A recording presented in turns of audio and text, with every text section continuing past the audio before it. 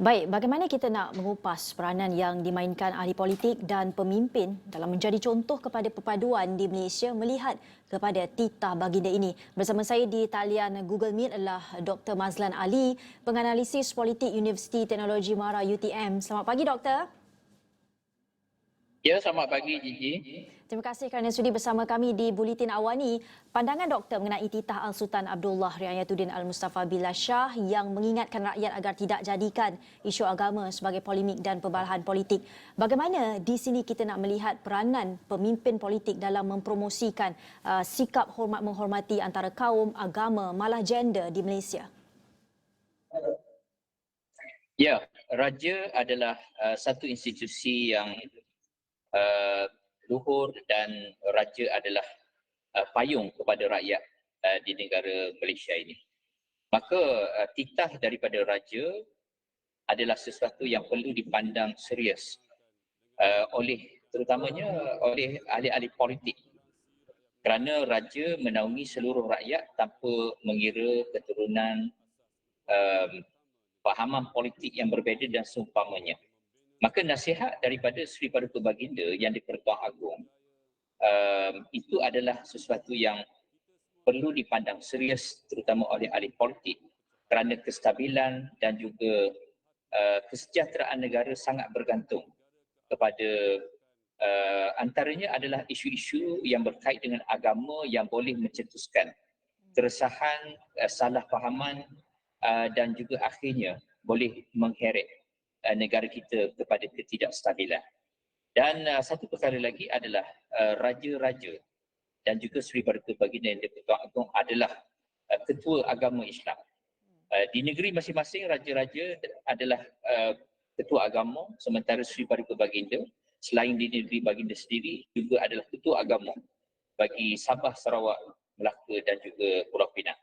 Maka sudah seharusnya pandangan Sri Paduka Baginda itu adalah datang daripada harapan baginda supaya rakyat dan juga pemimpin politik supaya sama-sama mengambil berat terhadap perkara yang berkait dengan kesejahteraan negara di mana isu-isu agama tidak seharusnya dijadikan isu politik kerana ia boleh mengundang mudarat yang besar untuk negara. Dan doktor, bagaimana doktor menilai pentingnya semangat toleransi dalam kepelbagaian agama dan kemajmukan yang ada di Malaysia? Bagaimana pemimpin politik dapat memastikan pemeliharaan semangat toleransi ini dan juga menghindari retorik perpecahan? Ya, agama Islam itu sendiri adalah agama yang toleran kepada agama-agama yang lain. Maka sebagai agama rasmi di negara kita Malaysia, maka kita umat Islam ini sebagai kaum majoriti perlu juga menghormati kepada kaum-kaum lain yang beragama selain daripada Islam. Dan mereka bebas mengamalkan agama mereka tanpa diganggu-gugat. Maka jaminan oleh perlembagaan dan juga sistem pentadbiran negara kita ini seharusnya dipahami oleh semua pihak. Kerana negara kita Malaysia sangat unik. Kerana negara kita bukan negara homogenes seperti negara Korea misalnya, negara Jepun. Mereka mempunyai satu bangsa yang mudah diurus. Tetapi Malaysia terdiri daripada pelbagai bangsa dan kita mempunyai puluhan malah ratusan suku-suku kaum.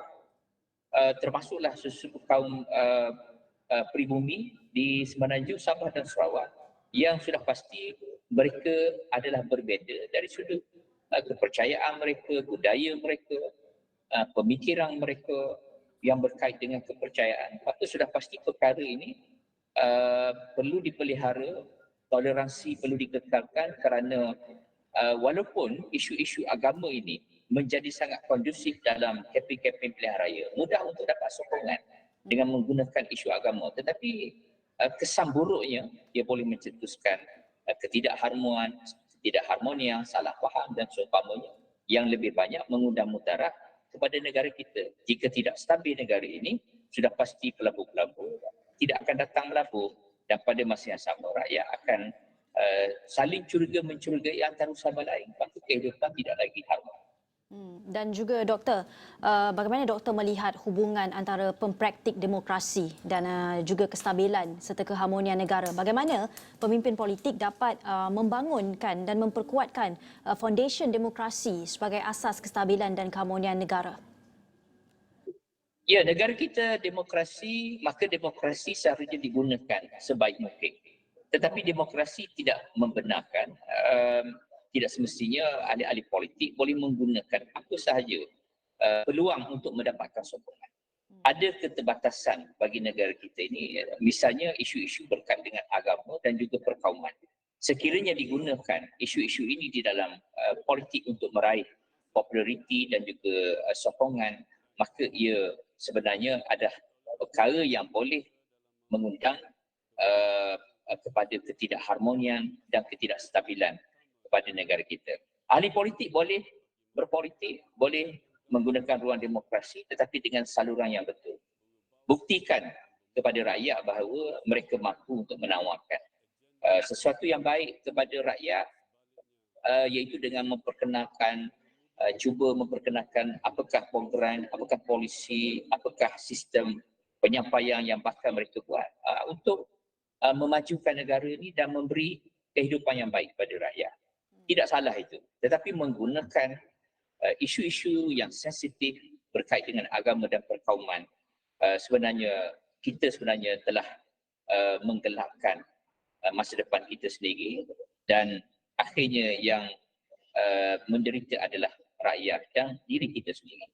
Doktor, dalam masa yang sama juga mungkin akhir sekali soalan saya adalah kita ramai pihak ataupun ramai mungkin generasi melihat pemimpin-pemimpin politik ketika ini sebagai idola mereka. Bagaimanapun ada setengah pemimpin politik yang mungkin memanipulasi perlembagaan itu sendiri untuk kepentingan mereka. Bagaimana sebenarnya pemimpin politik ini, ahli politik ini dapat bekerjasama dengan pihak berkaitan dan juga pasukan keselamatan untuk mencapai keamanan dan kesejahteraan negara itu sendiri? Pandangan doktor. Ya, kita akui bahawa di Malaysia kita mempunyai banyak ahli politik yang baik, ahli politik yang faham kedudukan negara kita yang berbagai kaum, berbagai budaya ini. Maka mereka berpolitik dengan cara yang begitu positif.